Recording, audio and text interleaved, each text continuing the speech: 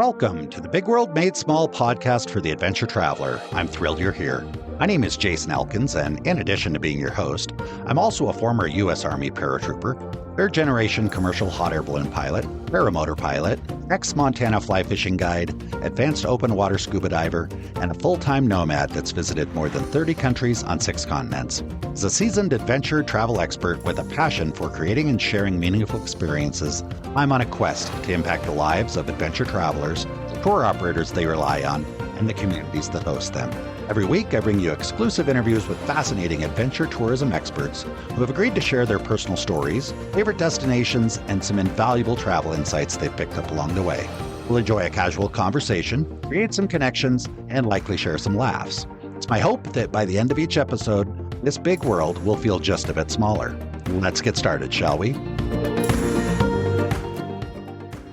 Welcome back, everybody, to another episode of the Big World Made Small podcast for the adventure traveler. Happy to have each and every one of you back here today.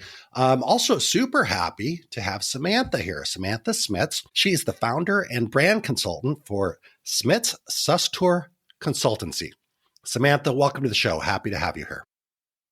Thank you so much for inviting me. I know that right before I pushed record, I asked you, I was trying to get clarification on how I was going to pronounce the name of your business.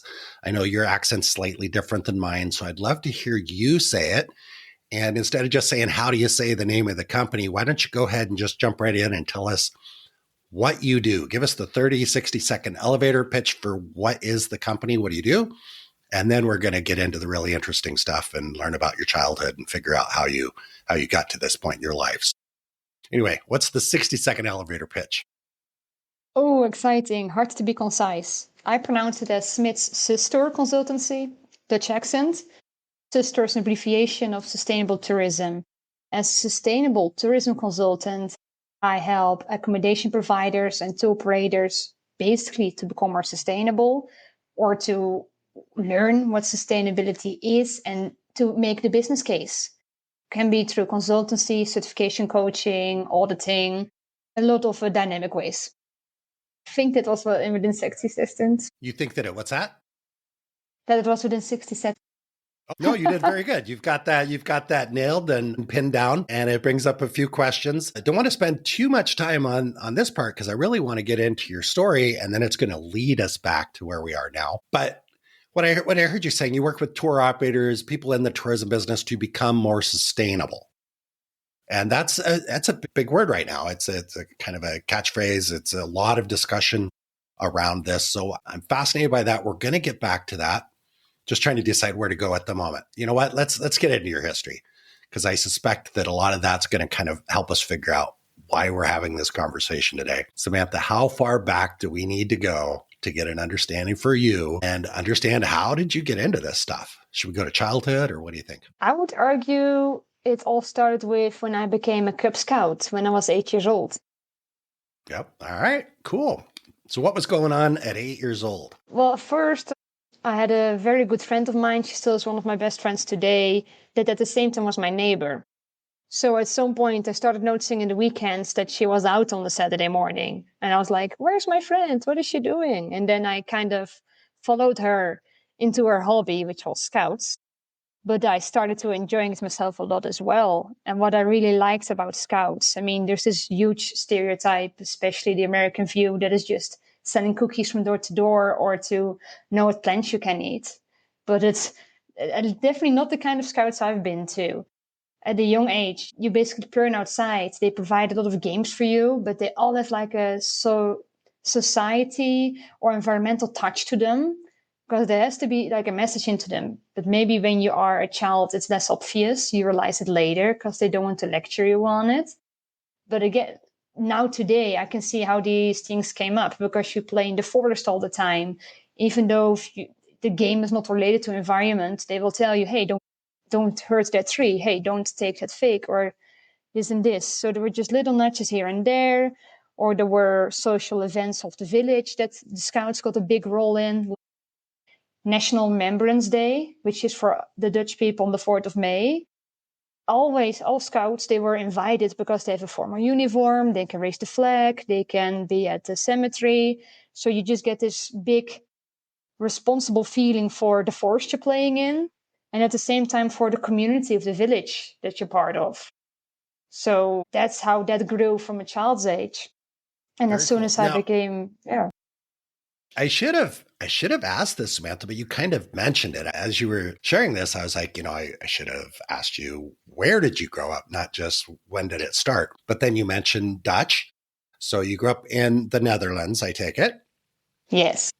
All right. Very, very cool. So that's what was going on in scouting in the Netherlands back in the day. I don't know why this is, maybe it's not relevant at all, but in the US, we have kind of Cub Scouts, Boy Scouts, Girl Scouts, all that stuff. In the Netherlands, was it boys and girls, just girls? I don't know that it's relevant. I'm just curious.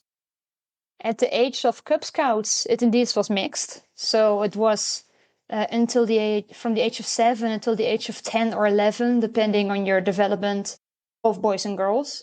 But then for the teenage age, they on purpose kept it separate because, as you may understand, women go through puberty much earlier than boys do. So from the age 11 to 15, Boy Scouts, Girl Scouts, they kept separate. And then after 15, they got back together again. Probably a good idea. We don't need to go into that Yeah, too much. the atmosphere is very different. Yeah. I would imagine. So you had the friend who kind of got you were intrigued by, I guess she was doing it. So you got into it. Did your other friends that you had at the time end up doing it as well? Or did you kind of lose track of them and you got so into scouting? I was just curious, what were, the other kids around you? Were they as interested as you were? In scouts or in sustainability? Well, in scouts, I guess, because it kind of started there, but then we can, we're going to take that on, carry that into the future as well.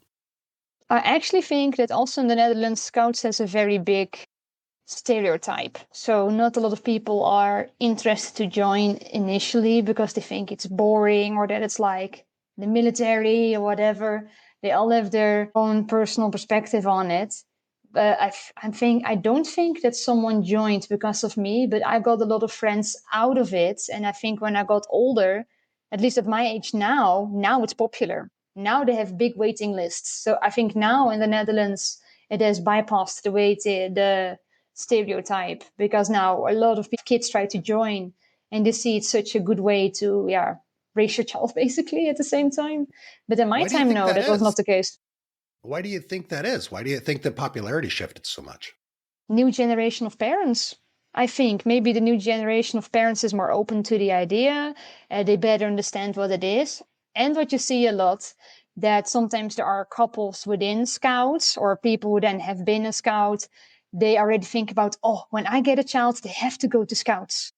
So I think that's what has increased the popularity. And I think nowadays marketing is also better. So they have like a presentation toolkit. So a lot of kids are proudly holding presentations on their school instead of about their pets.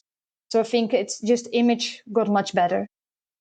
It's interesting. I'm guessing because one of the things that's changed a lot is access to social media and kids having phones and communicating in a digital world. I think it's almost counterintuitive. In my mind, I was like, well, kids are more into their phones and social media and stuff like that. And I would have thought scouts has kind of gone by the wayside. But then I can also see parents might be like, how do we combat have the phones and stuff like that? So they sign their kids up to get into scouts just to get them, kind of out of the house and physically around other kids. What do you think? I exactly think the same way, that for parents, it's such an attractive way to get their child away from a screen, because the only screen, I think like once a year, there's an international connection event with international scouts. But in my time, that was with the computer that still had a huge backend. Mm-hmm. So that already might have changed. And I think if there's like a movie night, they'll use a beamer. But other than that, they try to not have you be on your phone as much as possible. And of course, in the older age group, you get people have their own phone. But especially for the Cub Scout level, it is perfect to prevent them from turning into an iPad kid, I would argue. All right. Very, very cool. How long did you stay involved in scouting? Or are you still involved? Unfortunately, not anymore, but I was a member from when I was 8 until 17, and I became a Cub staff leader when I was 14 or 15 until 23. So for about 8 years of being a staff member and about almost 9 years of just being a participant myself or an actual member. So that altogether almost, it has some overlap, maybe 15 years or something. Yeah, from I was 8 until 23. Wow. So staff member, is that a volunteer position, or was that actually like was that volunteer positions can be a job. I'm just curious. That was volunteer? Yeah, that was volunteer, but with quite some responsibility indeed. And the children always thought I got paid. And I told them, no, I'm crazy enough to like working with you children. And they're like, really? I would not do this if I wouldn't get paid. Yeah, well, here I am. Cool. And what else what subjects, what were you interested in school? Did that align well with the scouting and sustainability? Kind of just trying to figure out what else was going on that kind of shaped you into doing this kind of work. If I look at high school, it was mainly focused on culture, geography, just a lot of things that led me to the tourism trajectory that I took. Because I also was good in learning languages in terms of vocabulary. So I realized very quickly I want to do something with languages. I want to do something social. And as soon as I got in touch with traveling and new destinations, realized, is there something to be at the back end of this? So I think I realized my interest in tourism earlier before sustainability, but I always knew that I had a very big heart for societal impact. Maybe not necessarily environmental. I realized that later. But then society is also a big impact of sustainability. What were your parents or your family, other people in your, maybe adult role models, mentors, what were they doing at this point? I'm just trying to what influenced you to get into this type of stuff? Well, I think both of them are in a different part of sustainability, because I always try to simplify sustainability with society, environment, and then environmental part. And my mom has always been in the care sector. So she's not a nurse, but more, I don't know the English word. She's working with handicapped people. So they could have Down syndrome or anything else. And they are living in a group together. So then she can be there for 8 hours to play games with them. But at the same time, they also need to be washed. And so it's a pretty dynamic role. So from a young age on, I got in touch with disabilities, and that's normal, because sometimes we would come pick her up from work or join her to carnival or whatever. And until the day of today, she's still working with disabled people. So that always stayed pretty close. My father is doing a very Dutch job for the water authority, because quick geography lesson, half of the Dutch country is below sea level. So if we don't have dikes, we would flood. And we also have a lot of flood disaster in history. So there is a water authority monitoring the dikes, the water levels. So he's super nature focused on quality of the water and not wasting it. And if there was a fire, he would get called about that the right water is used and not polluted, or he would have to go to farmers if they did something wrong with the water. Very dynamic as well. Super different, but I guess it gave me a touch of the environmental side, at least water. Who was it in your life, or what was it in your life that inspired you? Because you mentioned the travel part. You said you maybe were even interested in the travel, the geography, the cultural stuff before the environmental stuff. So what inspired the travel bug? Did your parents take vacations? Did you have somebody in your family that was out traveling? Where did that come from? So this is a combination of things, but at my primary school, we had a lot of people with international backgrounds. So they were Dutch by then, but then maybe the parents weren't. And for the Netherlands specifically, we have a big group from Morocco. So that's very, very different, of course. And then there were some other ladies of African descent. So if I look back at the friend group I had in primary school, I think we had a Moroccan twin. There was another twin. There was another lady from Morocco. There was a lady with African descent, but I don't remember which exact country. And I was always, I don't know if you say curious or noisy, but always trying to figure out do things go at your home? And then when I was actually playing in their home, I would see their brothers pray. And I was like, oh, what are they doing? Because I grew up not religious, so I wasn't sure what was happening. And then there would be this part is once a year when I think sugar party is not the correct term I'm aware of. I think it's there's a Muslim name for it, but they would get a day off from school. And I was like, where are my friends? What are they doing? And I would ask them when they returned, oh, did you have a lot of candy? Why do you do that? And even when I would host a child party, they were not allowed to swim. Why are they not allowed to? So I just got touching with these differences in culture at a very early age, but also with scouts. I'm curious, was this in just a standard public school or an expat school, international school? I'm just kind of curious.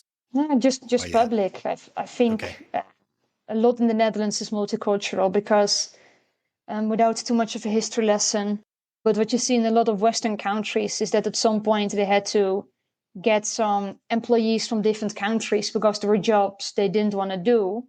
And I think in maybe the 80s, we got a lot of people from Moroccan men that helped us build a workforce again. And they decided to stay and reunite with their families.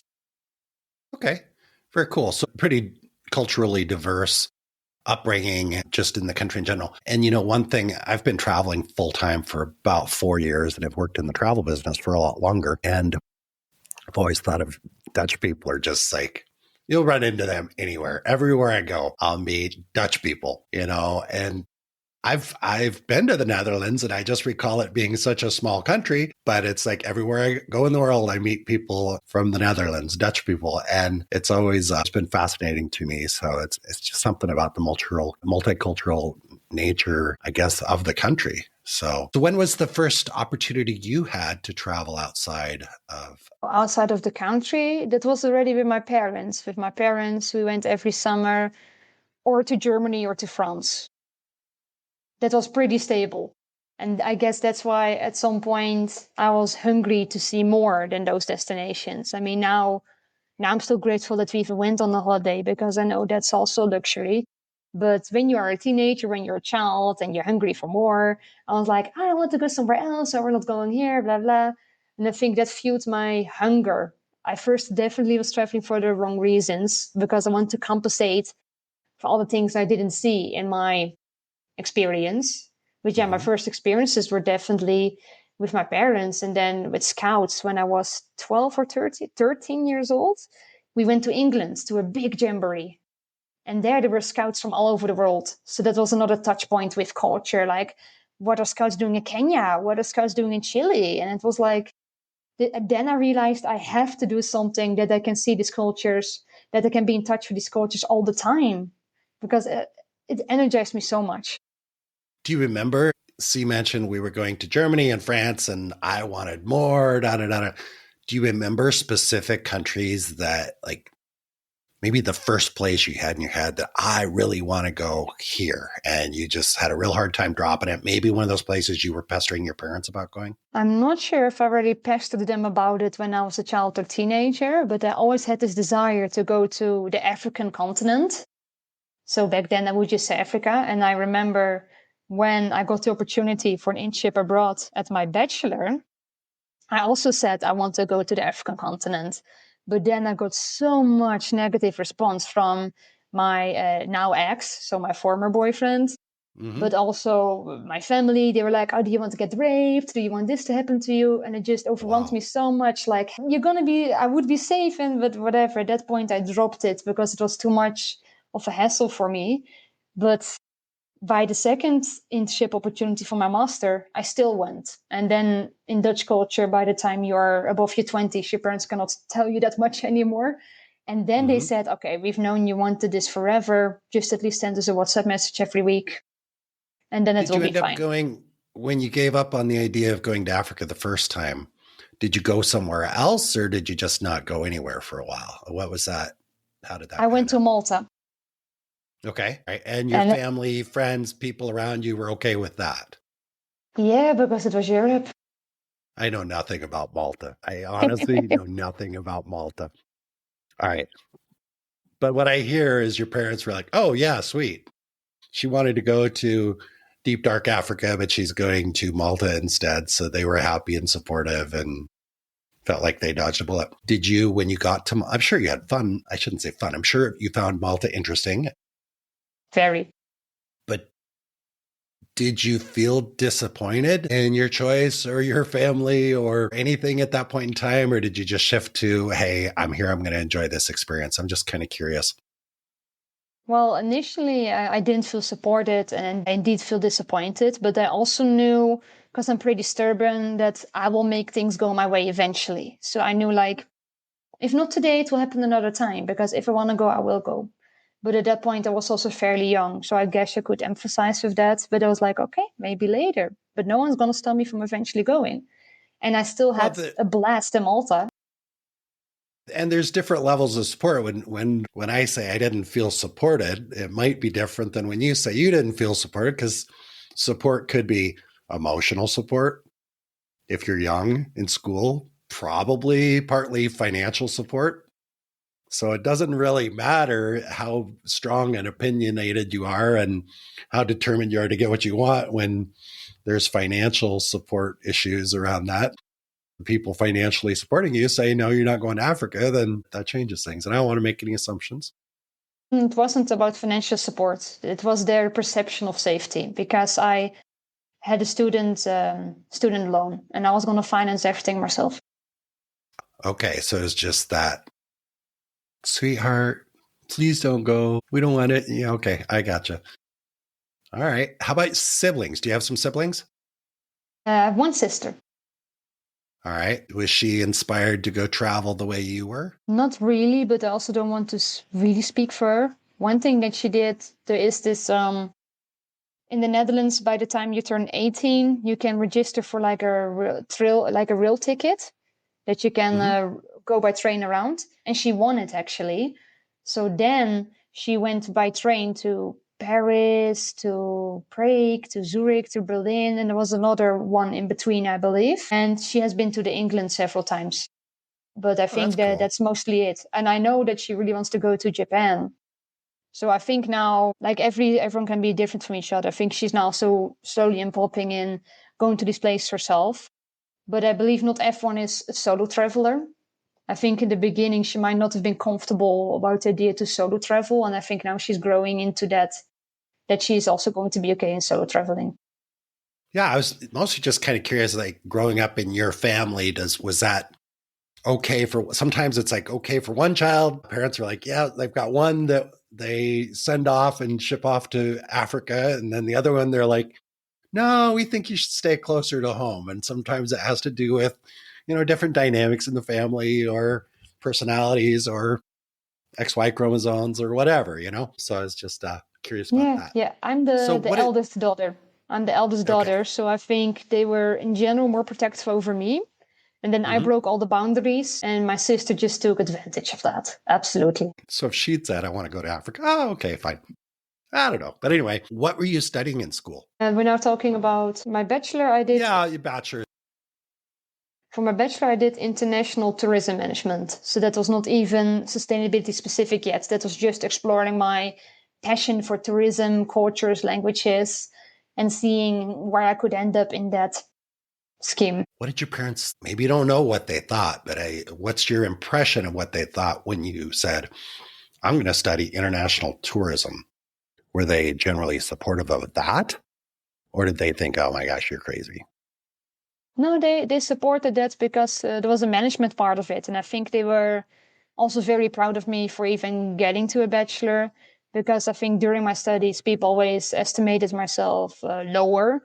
And I've continuously, even in high school, just upped my levels to just prove people wrong somehow. So I guess they were just happy in general, like, wow, she's going to do a bachelor. She proved everyone wrong.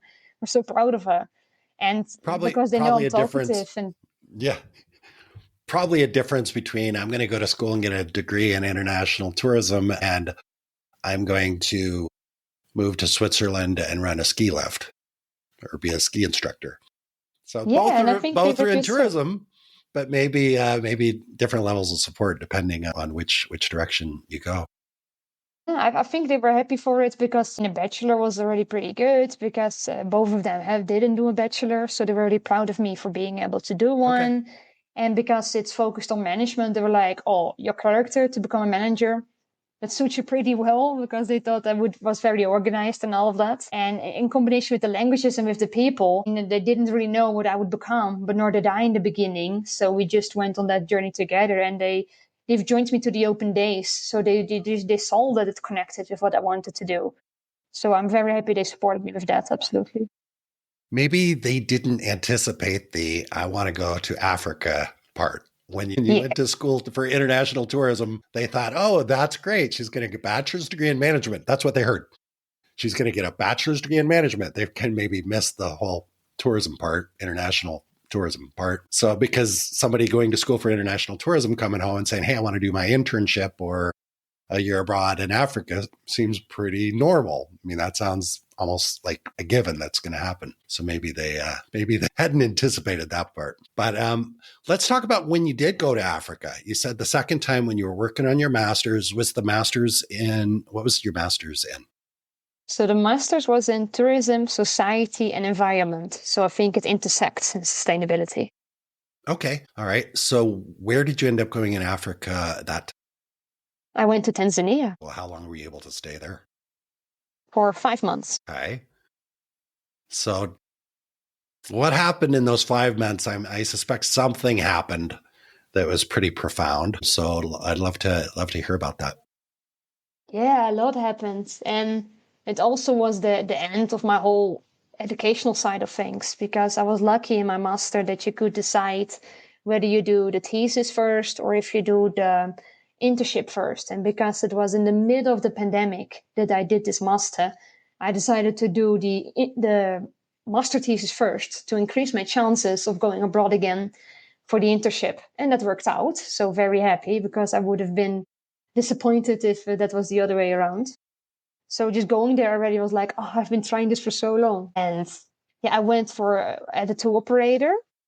And first of all, just major culture shock. I think the first few weeks, just the culture is different, the pace is different, the people are different, food is everything that you know is different. But at the same time, I loved to be challenged in everything that I ever knew. And I just noticed very quickly that my internship supervisor, which is the CEO of the tour operator I did my internship for, he appreciated my directness and my follow-up, which is something I was worried about concerning the difference in the culture. But yeah, that was what I started doing with this internship. I helped him to get a certificate in sustainability. And for my research, I identified the awareness of sustainability and what could be done to increase it. And yeah, the response was lovely. And I loved getting to know the people. And I eventually came back, as you know. You said you eventually came back. What?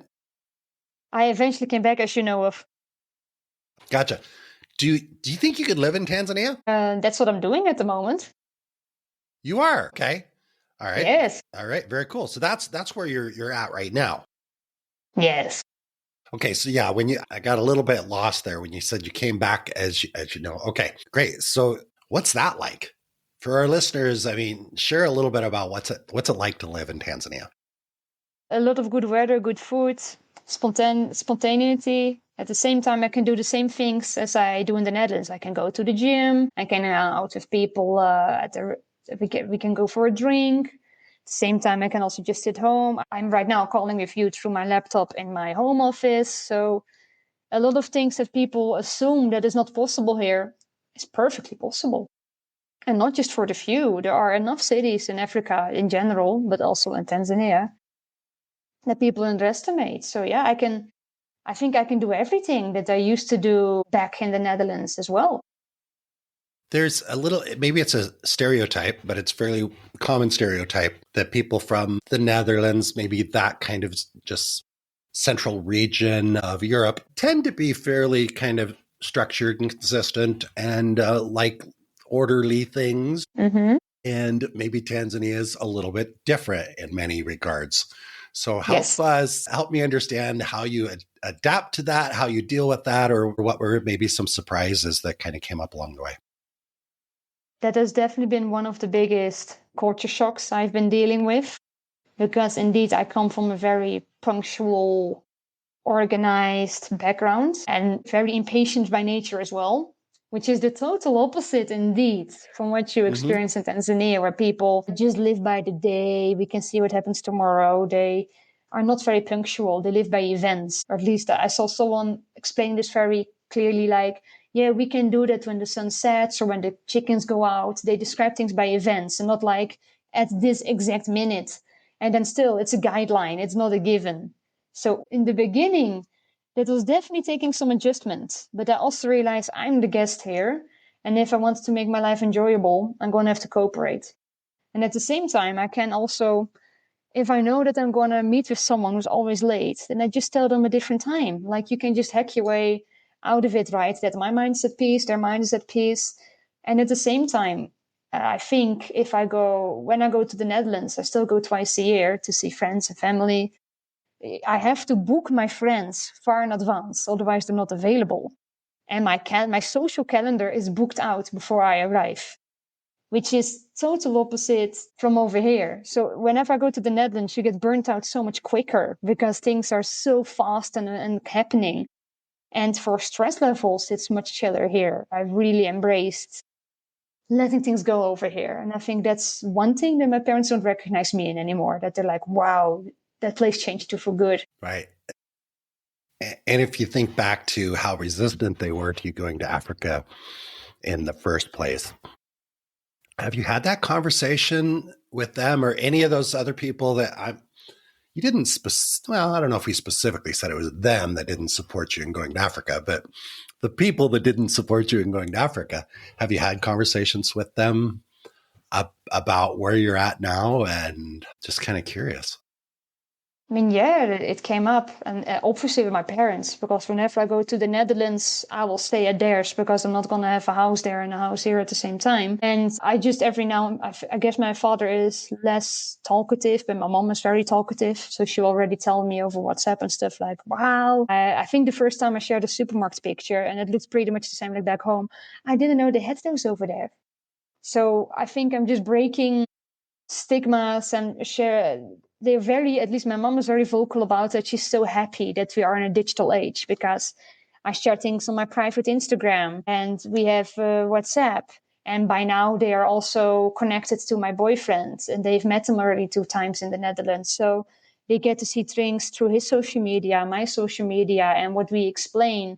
So they really already have a digital view of how things are going right here. And they have indeed said that it's so different from what they imagined, but that they're also very excited to in the future come and visit. I think this year, so I've now been here for about 3 years, I've got the message of my mom, we're now getting really curious about this country that you fell in love with. And I'm like, wow. Oh yeah, you're welcome.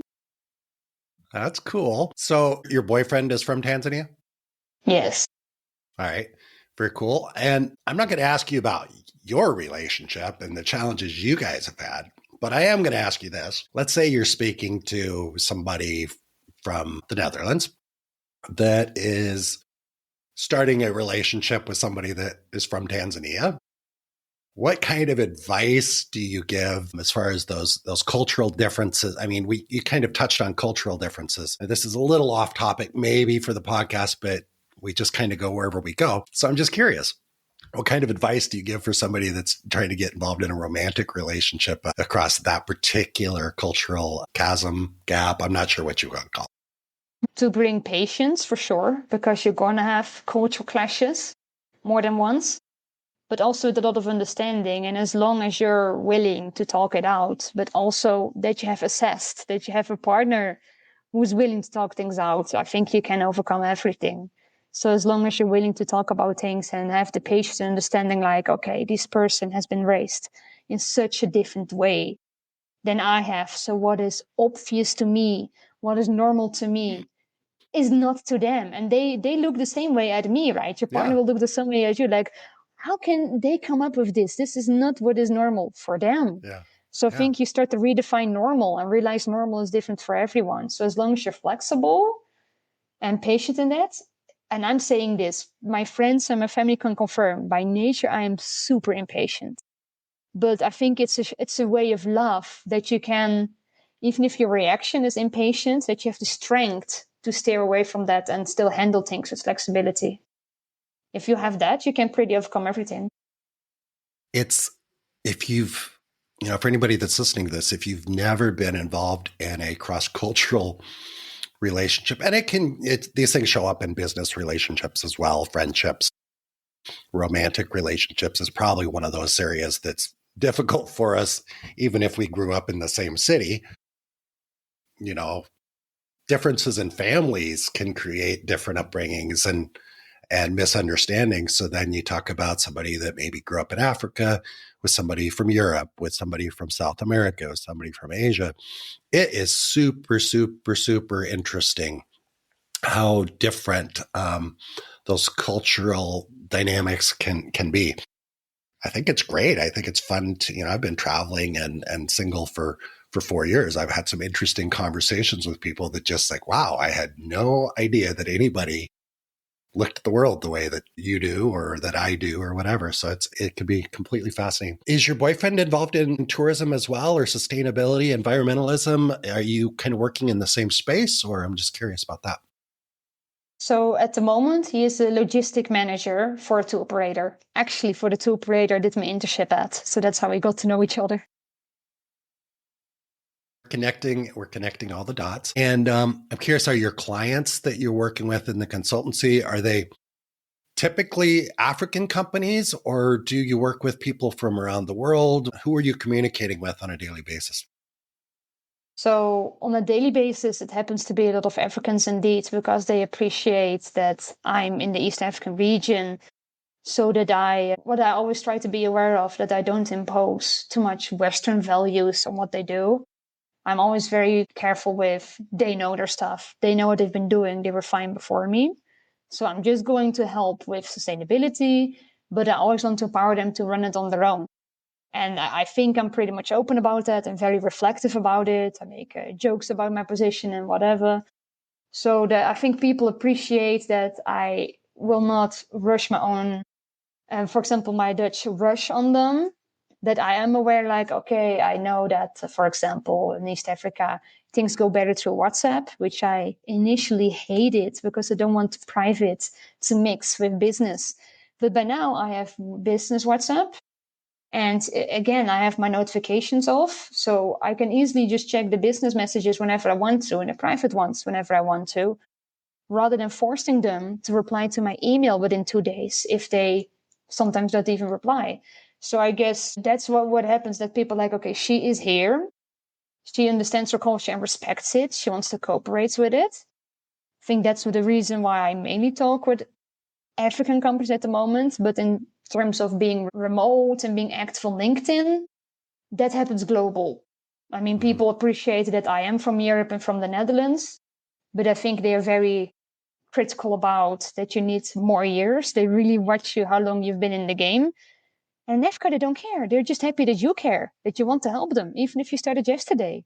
They really do not care about that. So it's a fully different vibe, which really helps me with building the experience. Cool. What sustainability consulting, all this stuff, it's a big topic. And generally, what is the biggest challenge? Is it creating sustainable operations or communicating your sustainability, your commitment to sustainability? I know this is, I don't know what kind of question this is, but what's the big thing that, I hope it ends up being one. But what is the real thing with sustainability? Do you spend most of your time like, okay, let's change how you're doing things or change how you're communicating things? What should we know? This is very diverse. But I think there's a lot of myth busting involved. There's a lot of myth busting involved where people might be aware that it exists, but they are afraid it's going to be too much work. It's going to be too expensive. They don't have the knowledge, or they don't see why they should care. So it's initially a lot of myth busting. Hence why I focus on building the business case, because I'm intrinsically very motivated at sustainability, of course, but not every business. So it could be a niche to focus on people who are already very motivated, but that's a much smaller group. And I get energy in, I don't like the word convince, but in helping the people who don't understand it yet, understand what it can bring for them, and then bring the transformation within them. So I think most of it is myth busting and explaining to them what the benefits are beyond the planet and beyond society, but also for their business. So what I hear you saying is a lot of people are going to look at this and say, ooh, this sounds painful, complicated, expensive. I think the world's great. I think sustainability is great. But for my business, man, I'm just trying to get more customers in the door. I'm just trying to do more tours. Yes. That, I guess. And then from the client perspective, it's like, how do you figure out, when I say clients, I'm talking about travelers.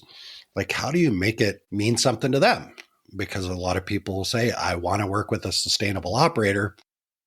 They can say that all day long, but then maybe they go online and they're choosing operators based on smiling people in photos or pricing or whatever. It's not necessarily that they're choosing the ones that have the most green logos on their website. I had a conversation with someone early on when I started doing the podcast, and she was telling me about her whole operation was to teach people to be more sustainable. So like they would go out on their day tours and they would weigh the food in the morning and weigh how much food was left at the end of the day. Like the guests were involved in weighing this and keeping track of it and da da da da da. She didn't end up being on the podcast. And as I listened to her to describe it, I remember thinking, my gosh, that kind of sounds really painful and boring, to be honest with you. I'm just being honest. I just like, if I booked a tour and they made me weigh my food in the morning and weigh my food at night and keep track of a journal and a log and da da da da da, I'm like, that just sounds too much. I'm not an environmental science intern. So how do you find the middle ground for people and companies to make sustainability, I don't know if I want to say fun, but help me out. Sure, you can. So for the example you gave, I think why it didn't sound as successful is because without the story, it's just going to seem like extra work without value, because everything needs that value, right? In terms of your prospective clients, because my clients are tour operators and accommodation providers, but we're not talking about travelers, then indeed the communication comes to play. And you mentioned a lot of things in your question. And one thing I want to mention is the say-do gap, that indeed there are a lot of travelers that say they want to do things, but indeed show different behavior once they start booking. And you even mentioned that it might not be the primary reason to choose someone over green logos. That might also be true. But the example I always give here, for example, in the Tanzanian context, and this applies to probably a lot of destinations as well, when we talk about DMCs, destination management companies, you have this touristic region with hundreds, if not more, of tour operators offering the same destination, the same places. The offer is the same. They can give you the same thing. It's just different people offering it to you. But you don't know the people when you look at the website. So when you are deciding where to book and you have those websites open and there's no difference, even the price is the same, how are you going to decide with who to go with?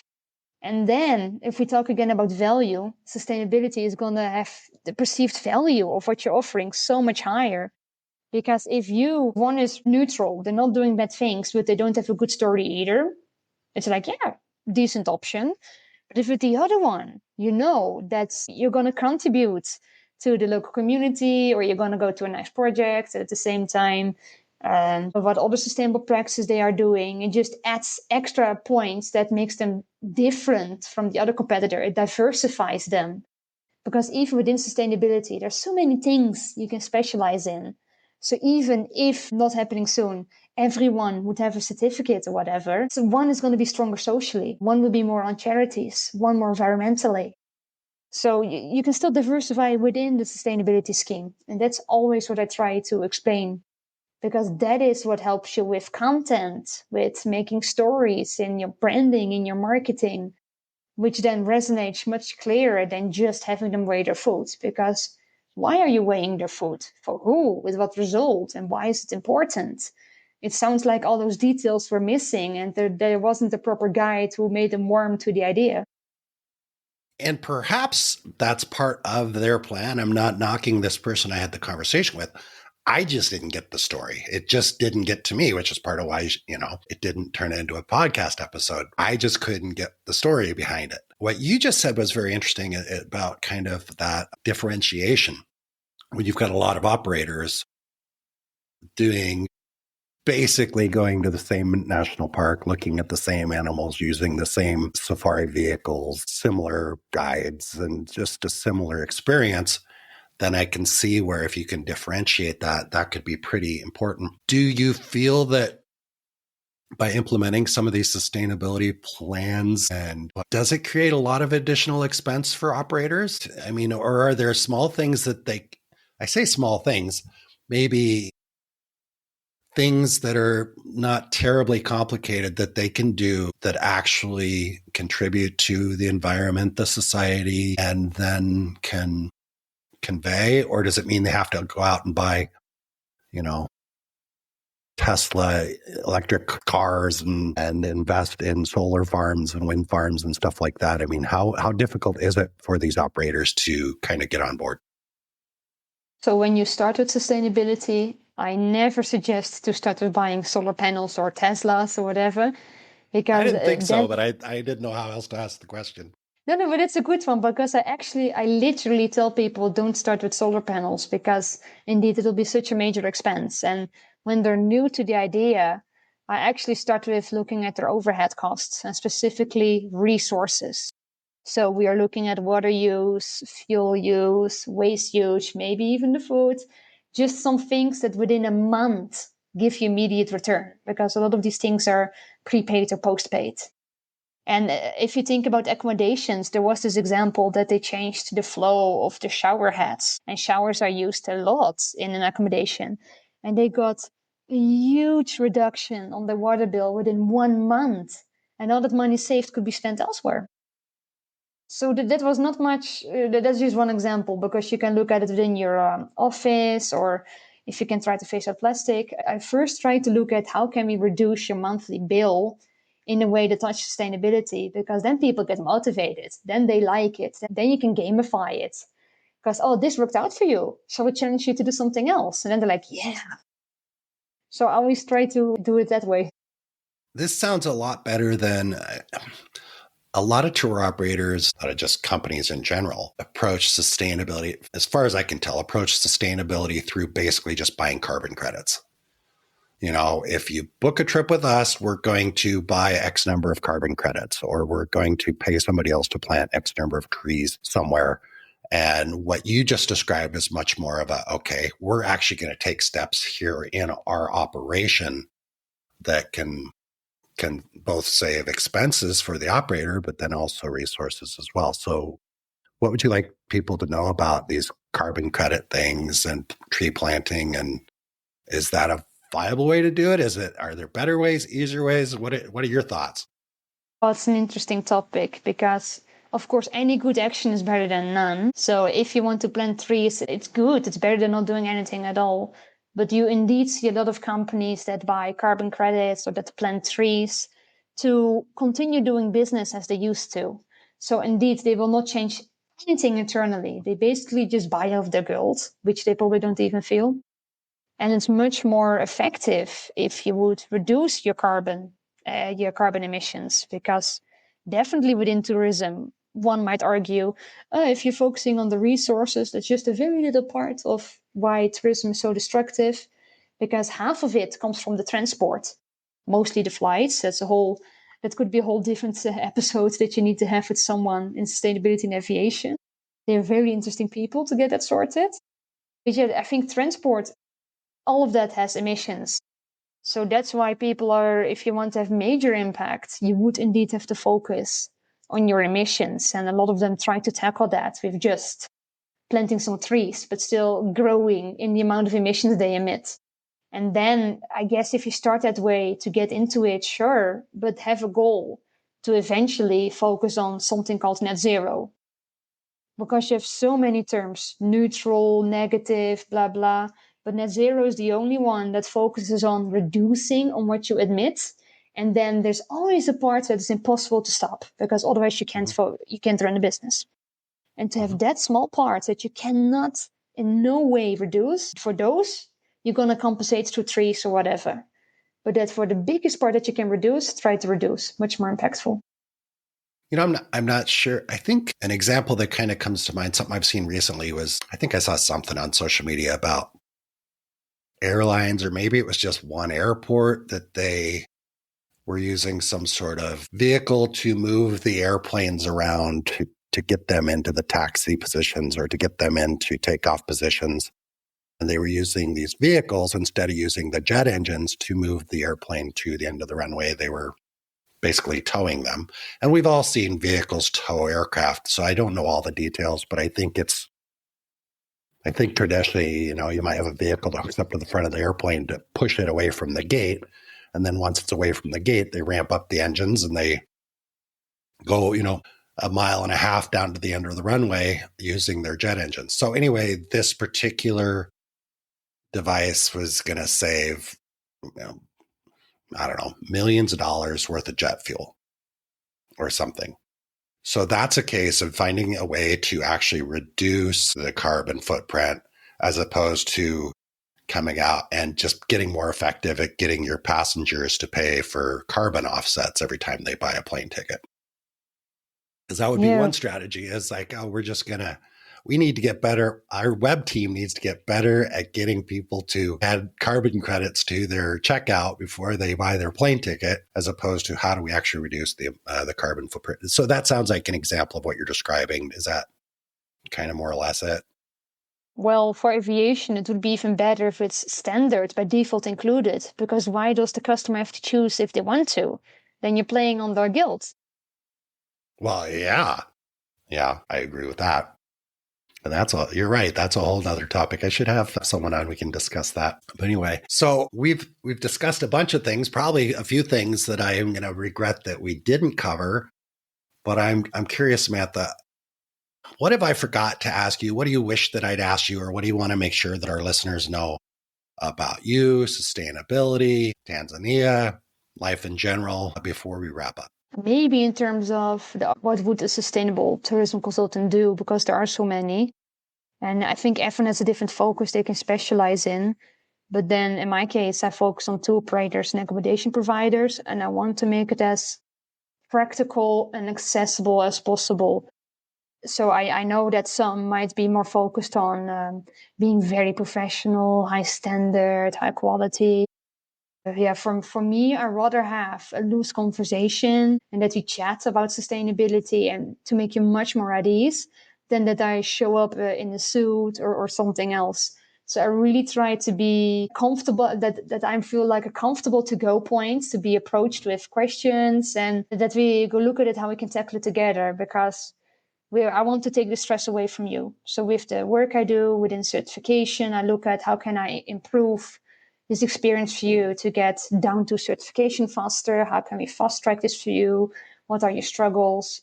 So I think I have a lot of hospitality within being a consultant as well, without trying to act like I'm a posh lady. The total opposite, actually. I try to be very relaxed and going about this to not scare people with the idea of sustainability. But no matter if you're a startup, an SME, or a high brand hotel, at any level, you can take actions. That's really what I stand for. Cool. It sounds a lot like when you were describing that, I thought of like accountants. Like if people think I need to hire an accountant, but then they're going to come in and look at the books and question everything I've done. And it's going to be very, very stressful. And, I'm going to get audited and da-da-da-da-da. Can feel like that. So as you just described it, that's the picture that popped into my head. And what I hear you saying is, look, we don't need to do it like that. We can just come in, have a conversation. I can help figure some stuff out. This is not I'm going to point at all of the water bottles you threw out last year and how you're going to destroy the environment if you don't hurry up and make these changes to your program. Is that what you were trying to say? Is, hey, this can be. Yeah, I mean, nice I will notice, but indeed, for when we just get to know each other and when you're new to the idea of sustainability, I first want to focus on giving you the confidence, getting to know you. So just meet over digital coffee, just talking about things, rather than having the people who speak with a lot of jargon and all of these things. No, I just want to be very accessible, that you don't feel scared, that you don't think I'm out there, that I'm impossible to talk to. I want to feel like someone who can help you next door. Well, that's really well said. And that's a big point, a big part of why I asked you to come onto the show. is it's always been I think the first time we spoke, I said, I believe that if our listeners can listen to your story and realize that you're actually a human being, you're not just a sustainability consultant, you're a human, they'll feel a connection with you. And then if they feel so inclined to, maybe they are running a tour operation or accommodations, and they realize that they need to at least take a look at the sustainability stuff, kind of start to get their head around it, then they'd reach out to you because they already feel a personal connection with you. So this is the point in the show where hopefully they already feel that. And I tell them that, hey, there's going to be a link to Samantha's website in the show notes. So if you feel that connection with her and you need to have a conversation about sustainability, or you're not even sure, not that you need to, but you think, hey, it'd be nice to have a conversation with her, then click on the link, go to her website and check it out. Samantha, I really appreciate you taking time to come on here and share some stuff with me and teach me some things that I did not know. Happy to. Anybody that's listening to have the same conversation with you.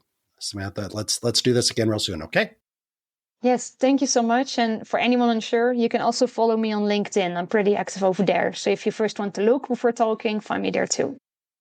Yep, absolutely. I think that's actually how we connected. So I'm happy you mentioned that. All right. Thanks, Samantha. We'll chat with you real soon. Bye-bye. Thank you so much for the invitation. Bye-bye. I trust you enjoyed listening to the conversation as much as I enjoyed recording it. If you're enjoying the Big World Made Small podcast, please take a moment to tell the algorithm by subscribing and posting a review so that others can benefit as well.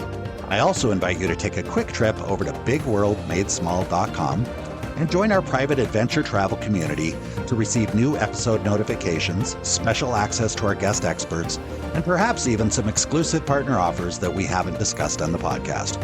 I'll publish another episode soon. Until then, keep exploring. It's the best way to make a big world feel just a bit smaller.